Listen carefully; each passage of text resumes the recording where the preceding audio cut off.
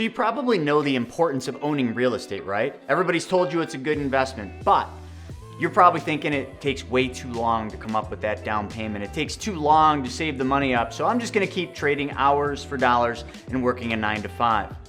So what if there was another option? What if you could actually buy a house with somebody else's money? How? Would that change the way you think about things? Because so often people think that they need to have the resources to do it, but it's not about the resources, it's about the resourcefulness. The most important thing about real estate is the purchase of the real estate. The money's made on the buy, not the sell. A lot of people think, oh my gosh, I gotta sell this house and that's where I'm gonna make all the money. No, you make all the money by finding the deal.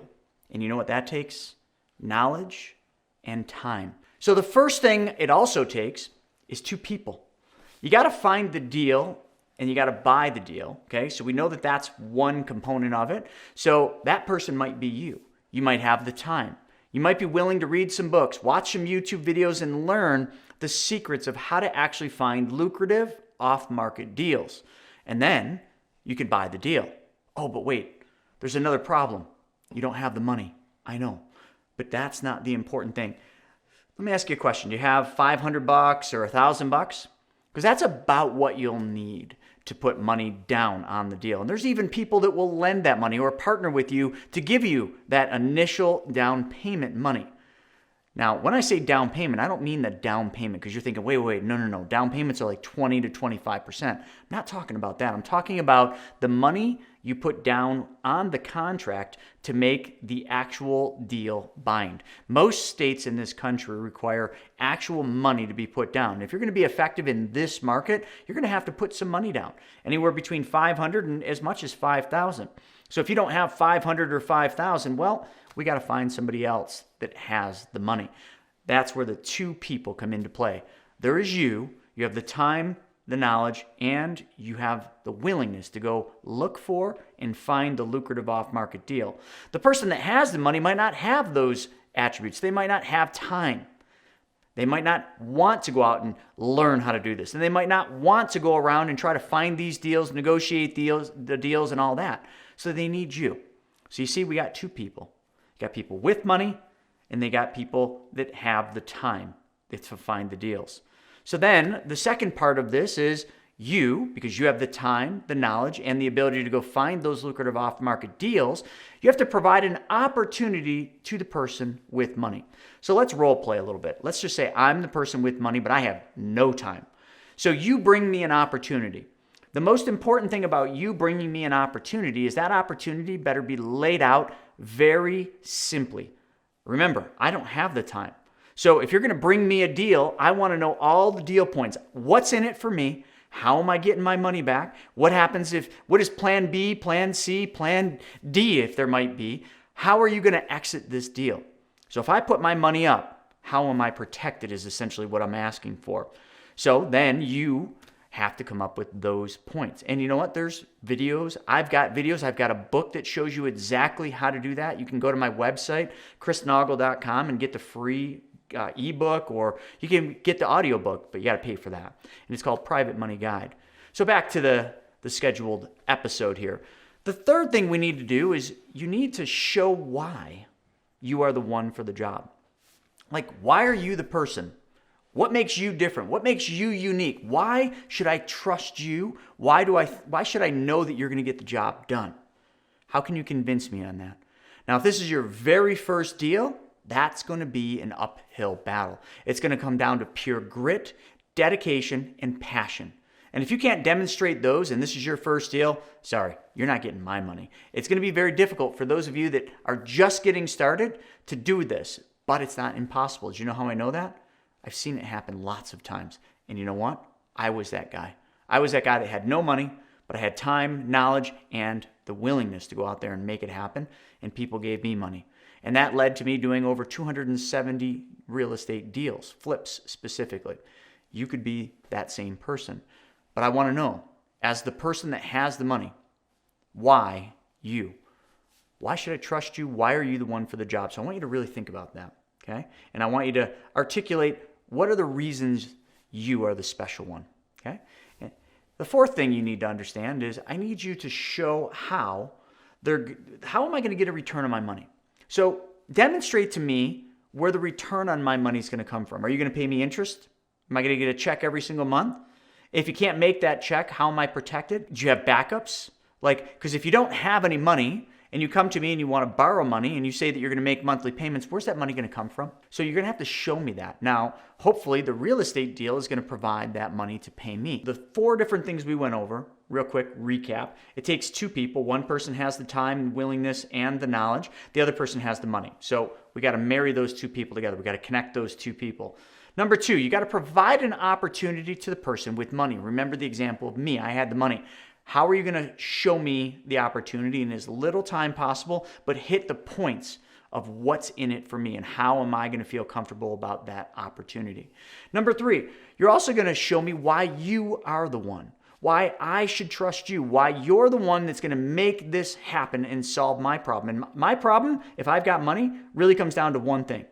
I want to make more money. I want to feel protected and I want to trust. Those are the things.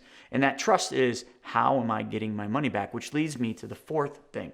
You need to show me how I'm going to get a return on my money, but not only a return. There are a couple things that go through my mind on this part, okay? Number 1, I want to know what return I'm going to get. Are you going to pay me interest? Is there going to be equity? Is it interest plus equity?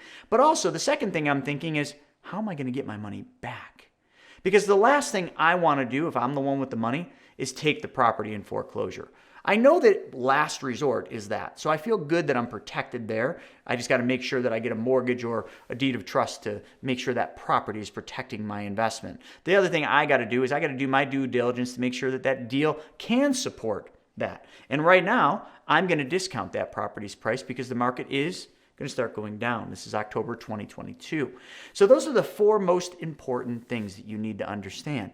And if you can demonstrate all 4 of those things clearly, with passion and with confidence, you got a shot. But if you got no money in the bank, the biggest thing I'm always going to come back to you and say is, how are you going to make the payments to me?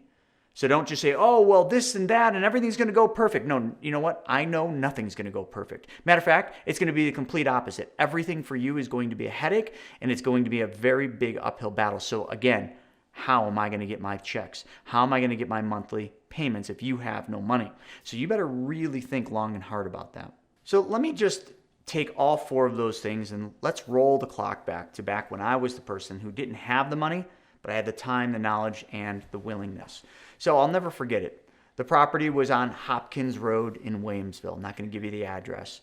It was one of our very first flips. Matter of fact, it was the second flip we ever did. We had only done 2 other flips. So we did have a little bit of a track history, but very little to really speak of.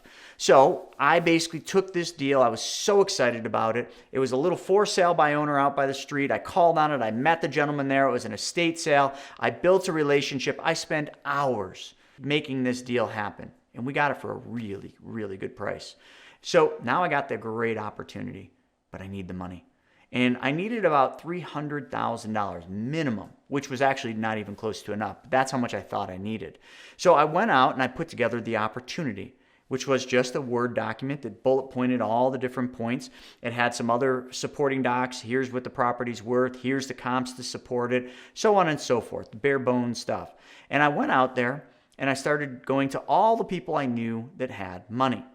And they were all nice about it, because people that you know or that are in your circle, they're going to be nice to you. But everybody came back and said, no, I don't think this is an opportunity for me, or not at this time. Basically what they're saying when they're giving those excuses is, I don't really trust that you can do this.